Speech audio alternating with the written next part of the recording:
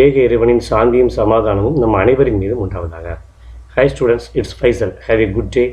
இப்போ Cbse +2 மேத்தமெட்டிக்ஸில் chapter 6 application of டெரிவேட்டிவ்ஸில் எக்ஸசைஸ் 6.1ல் 10th ப்ராப்ளம் பார்க்க போகிறோம். ஓகே, இந்த வீடியோவை ஸ்கிப் பண்ணாமல் கடைசி வரைக்கும் பாருங்கள். இந்த ப்ராப்ளம் உங்களுக்கு யூஸ்ஃபுல்லாக இருந்துச்சுன்னா லைக் பண்ணுங்கள், ஷேர் பண்ணுங்கள், மறக்காமல் சப்ஸ்கிரைப் பண்ணுங்கள். ஓகே, இப்போ ப்ராப்ளத்துக்குள்ளே போகலாம். கொஷின் என்ன அப்படின்னா, a ladder 5 meter long is leaning against a wall. The bottom of the ladder is pulled along the ground away from the wall at the rate of 2 cm per second. How fast is its height on the wall decreasing when the foot of the ladder is 4 meter away from the wall? Okay, so question என்ன சொல்றாங்க அப்படின்னு சொன்னா, இந்த மாதிரி ஒரு வால் இருக்கு, இது வந்து கிரவுண்ட். சரி, இது வந்து கிரவுண்ட். இப்போ இந்த வாலில் வந்து ஒரு லேடாரை வந்து இப்படி ஃபிக்ஸ் பண்ணி வச்சுருக்காங்க. ஓகேவா? இப்போ இந்த லேடாரோட லென்த் வந்து 5 மீட்டர், 5 மீட்டர் லாங் கொடுத்துட்டு இப்போ என்ன செய்கிறாங்கன்னா, இந்த லேடாரோட பேஸ் இருக்கு இல்லையா, இதை வந்து ஒரு செகண்டுக்கு 2 சென்டிமீட்டர் அளவுக்கு 2 சென்டிமீட்டர் per செகண்ட் அளவுக்கு இழுக்கிறாங்க. அப்போ இதை இங்கே பார்க்க இழுத்துட்டு போனாங்க அப்படின்னு சொன்னால் ஆட்டோமேட்டிக்காக ஹைட் கீழே பார்க்க குறைஞ்சிக்கிட்டே இருக்கும். அப்படி ஹைட் குறையுது இல்லையா, இந்த குறையக்கூடிய ஹைட்டினுடைய ரேட் ஆஃப் சேஞ்ச் என்னன்னு கேட்குறாங்க. இங்கே எடுத்துகிட்டு போகிற ரேட் ஆஃப் சேஞ்ச் வந்து 2 சென்டிமீட்டர் per செகண்ட் சொல்லியாச்சு. அப்போ இந்த ஹைட் குறைஞ்சிட்டே வருது இல்லையா, அந்த ஹைட்டினுடைய ரேட் ஆஃப் சேஞ்ச் வந்து என்ன அப்படின்னு கேட்குறாங்க. வென் இந்த ஹைட் வந்து 4 மீட்டராக இருக்கிறப்ப, ஆல்ரெடி 4 மீட்டர் ஹைட்டில் இருக்கிறதா இருந்துச்சுன்னா இருக்கிறப்ப அதுக்கப்புறம் எந்த அளவுக்கு குறையும், 4 மீட்டர் ஹைட்டில் இருந்து இழுக்கிறப்ப என்ன அளவு குறையும் அப்படிங்கிறத கொஷின் கேட்குறாங்க. Okay right, okay. ஸோ என்ன செய்யும் அப்படின்னு சொன்னால், நான் இந்த ஹைட்டை, இந்த லென்த்தை வந்து எக்ஸ் அப்படின்னு எடுத்துக்கிறேன், இந்த ஹைட்டை வந்து ஒய் அப்படின்னு எடுத்துக்கிறேன். சரிங்களா? ஸோ எப்படி எடுத்துக்கிறேன் அப்படின்னு சொன்னால், லெட் எக்ஸ் அப்படிங்கிறது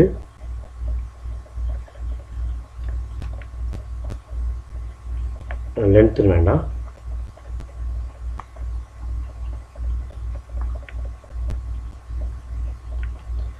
distance between wall and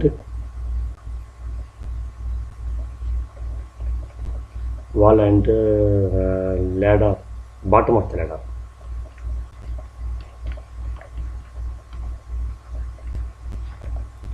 Bottom of the ladder. So லேடரோட பாட்டத்துக்கும் இது வாலுக்கும் இடையில டிஸ்டன்ஸ் வந்து நான் எக்ஸ்ன்னு எடுத்துக்கிறேன். அடுத்து ஒய் அப்படிங்கிறது the same thing, that distance between the wall and top of the ladder. ladder on the டாப்புக்கும் கீழே கிரவுண்டுக்கும், வால்னு கூட போடக்கூடாது, கிரவுண்டுன்னு தான் போடணும்.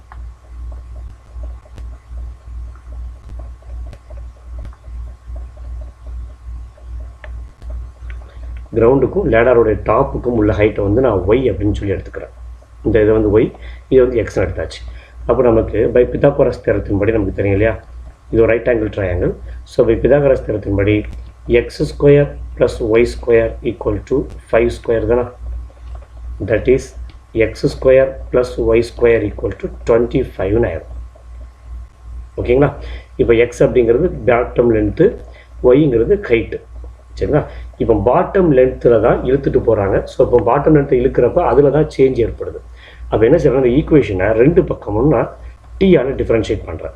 டீயால் டிஃப்ரென்ஷியேட் பண்ணால் இங்கே நடுவில் ப்ளஸ் இருக்கிறதுனால எக்ஸ் ஸ்கொயரை தனியாக டிஃப்ரென்ஷியேட் பண்ணலாம், ஒய் ஸ்கொயரை தனியாக டிஃப்ரென்ஷியேட் பண்ணலாம். எக்ஸ் ஸ்கொயரை டிஃப்ரென்ஷியேட் பண்ணால் 2x × dx/dt. சரிங்களா? ப்ளஸ் ஒய் ஸ்கொயரை டிஃப்ரென்ஷியேட் பண்ணால் 2y × dy/dt equal right hand side 25 differentiate பண்ணால் 0. ஸோ இங்கே மேலும் கிவன் வந்து ஒன்று எழுதிக்கலாம். என்னென்னா, கிவன் dx/dt வந்து கொடுத்தாச்சு, equal to 2 centimetre per second. இதுதான் dx/dt, எக்ஸில் ஏற்படக்கூடிய ரேட் ஆஃப் சேஞ்ச் தான் அது கொடுத்தாச்சு. இது போக லேடாரோட ஹைட் வந்து 4 சென்டிமீட்டராக இருக்குன்னு சொல்லிட்டாங்க. ஓகேங்களா?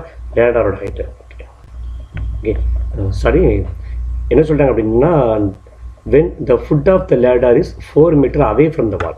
இதாக இருக்கு இல்லையா, இந்த டிஸ்டன்ஸ் ஆஃப் 4 மீட்டர், வால்லேருந்து லேடாரோடைய ஃபுட்டு வந்து எவ்வளோ தூரத்தில் இருக்குதோ இதுதான் வந்து 4 மீட்டர் தூரத்தில் இருக்குது. சரி, இது வந்து 4 மீட்டர் தூரத்தில் இருக்குது. ரேட் ஆஃப் சேஞ்சை வந்து என்ன கொடுக்குறாங்கன்னா சென்டிமீட்டரில் கொடுக்குறாங்க அவங்க. ஸோ அப்போ சென்டிமீட்டரில் கொடுத்ததை மீட்டருக்கு மாற்றுவோம். ஓகே, இங்கே இந்த dx/dt மட்டும் சென்டிமீட்டரில் இருக்குது, மிச்சம் எல்லாமே மீட்டரில் இருக்குது. அப்போ இதையும் நம்ம மீட்டருக்கு மாற்றணும் அப்படின்னு சொல்லி என்ன ஆகும்னா பை 100 போடணும். That is 0.02 metre per second. ஓகேங்களா? ஸோ அப்போ இங்கேயும் நம்ம இப்படி எழுதிக்கலாம் 0.02 மீட்டர் பெர் செகண்ட். ஒரு செகண்டுக்கு இவ்வளோ மீட்டர் அளவுக்கு வந்து இன்க்ரீஸ் ஆகுது. ஓகே, ஸோ இப்போ இதில் பார்த்தீங்கன்னா நமக்கு எக்ஸோட வேல்யூ தெரியும் 4 மீட்டரு, dx/dt தெரியும், இந்த ஒய்யும் தெரியாது, dy/dtயும் தெரியாது. நம்ம கண்டுபிடிக்க வேண்டியது dy/dt தான் கண்டுபிடிக்கணும். அப்போ நமக்கு ஒய் தேவைப்படுது இல்லையா? ஸோ அதனால் இது ஈக்குவேஷன் 1 அப்படின்னு வச்சுட்டு நம்ம மேலே உள்ள இதை ஈக்குவேஷன் நம்பர் 1ன்னு வச்சுக்கோம், இதை ஈக்குவேஷன் நம்பர் 2 வச்சுக்கோம். இந்த மேலே இருக்கிற ஃபஸ்ட் ஈக்குவேஷன் இருக்கு இல்லையா, இதுலேருந்து ஒய் கண்டுபிடிக்கிற ட்ரை பண்ணுறேன். சரியா? when x equal to 4 meter, equation 1 implies x-க்கு பதிலாக 4 போட்டோம்னா 16 plus y square equal to 25. that is y square equal to 25 minus 16. 25 minus 16 வந்து 9 அப்படின்னு ஆயிடும். that is y equal to 3. ஸ்கொயரை ரிமூவ் பண்ணுறப்போ ப்ளஸ் ஆர் மைனஸ் வரணும். பட் இங்கே ஒய் அப்படிங்கிற லென்த்தை ரெப்ரசென்ட் பண்ணுறதுனால நான் ப்ளஸ் நம்பரே எடுத்துக்கிறேன். சரிங்களா? அப்போ y equal to 3 மீட்டர். அப்போ ஒய்யோட வேல்யூ 3 மீட்டர்னு கிடச்சிட்டு இப்போ எல்லாத்தையும் கொண்டு போய் நேராக ஈக்குவேஷன் நம்பர் 2ல் சப்ஸ்டியூட் பண்ணுங்க. சப்ஸ்டிடியூட்டிங் 2. அப்போ 2 இன்ட்டு இங்கே ஒரு எக்ஸுக்கு பதிலாக 4 போட்டுக்கலாம். அண்ட் dx/dtயோட வேல்யூ வந்து 0.02 ப்ளஸ் 2 இன்ட்டு ஒய்க்கு பதிலாக ஒரு 3 இன்ட்டு dy/dt தான் நம்ம கண்டுபிடிக்கணும், ஈக்குவல் டு 0. இப்போ மொத்த ஈக்குவேஷனையும் ஒரு 2ஆல் டிவைட் பண்ணிக்கிட்டுமா? பாருங்கள், ஒரு 2 இங்கேயும் ஒரு 2 இருக்குது, இங்கேயும் ஒரு 2 இருக்கு இல்லையா? ஸோ ஒரு 2ஆல் நான் டிவைட் பண்ணிட்டேன் அப்படின்னு சொன்னால் இந்த 4 கொண்டு உள்ளே மல்டிப்ளை பண்ணணும். 0.08 plus 3 into dy/dt equal to 0ன்னு ஆகிடும். ஓகே, முதல்ல 3 into dy/dt equal to minus 0.08. 0.0 right side போகிறப்போ மைனஸ் 0.08 போகும். அப்போ dy/dt equal to minus 0.08/3. So divide பண்ணணும்னு சொன்னால் மைனஸ் 0.0 டிவைட் பண்ண முடியாது 0. ஸோ அப்போ இந்த 8 டிவைட் பண்ண ட்ரை பண்ணோம் அப்படின்னு சொன்னால் 2 3s are 6, ரிமைனிங் ஒரு 2 20, 6 3s are 18, ரிமைனிங் ஒரு 2 20, 6 3s are 18. அப்போ மைனஸ் 0.02666 அப்படின்னு ஆன்சர் கிடைக்கும். ஓகே,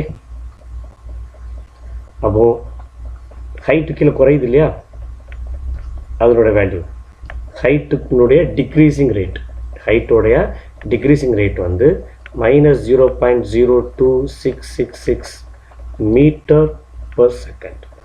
ஒரு செகண்டுக்கு இவ்வளோ மீட்டர் அளவுக்கு குறையும். ஓகேங்களா? கொஞ்சம் உங்கள் புக் ஆன்சருக்கு இதுக்கு வேரியேஷன் இருக்கும். பிகாஸ் என்னென்னா ஒரு சில டேட்டா அவங்க சென்டிமீட்டரில் கொடுத்துருக்குறாங்க, ஒரு சில டேட்டாவை மீட்டரில் கொடுத்துருக்காங்க. கொஷின் பாருங்கள், லென்த் எல்லாமே பார்த்தீங்கன்னு சொன்னால் மீட்டரில் இருக்குது, 5 மீட்டர் 4 மீட்டர் இருக்குது. பட் இந்த ரேட் ஆஃப் சேஞ்ச், இந்த ஃபுட்டை இழுக்கிறாங்க இல்லையா, ஃபுட்டை நகட்டக்கூடிய அந்த ரேட் ஆஃப் சேஞ்ச் வந்து சென்டிமீட்டரில் கொடுத்துருக்குறாங்க. அப்போ என்ன செய்கிறாங்கன்னா, சில பேர் இதை வந்து சென்டிமீட்டராக எடுத்துக்கிட்டு சால்வ் பண்ணுறாங்க. இந்த 2 மீட்டரையும் சென்டிமீட்டர் சால்வ் பண்ணுறாங்க. நான் என்ன பண்ணியிருக்கேன் அப்படின்னா இந்த சென்டிமீட்டர் டேட்டாவை மீட்டராக மாற்றிருக்கேன். சரிங்களா? எப்படி பார்த்தாலும் கடைசி ஆன்சர் நமக்கு சேம் ஆன்சர் தான். ஓகேங்களா? ஸோ அப்போ dy/dtயோட வேல்யூ எப்படி இருக்கணும்னா மைனஸ் 0.0266 மீட்டர் பர் செகண்ட் அளவுக்கு டிக்ரீஸ் ஆகணும்.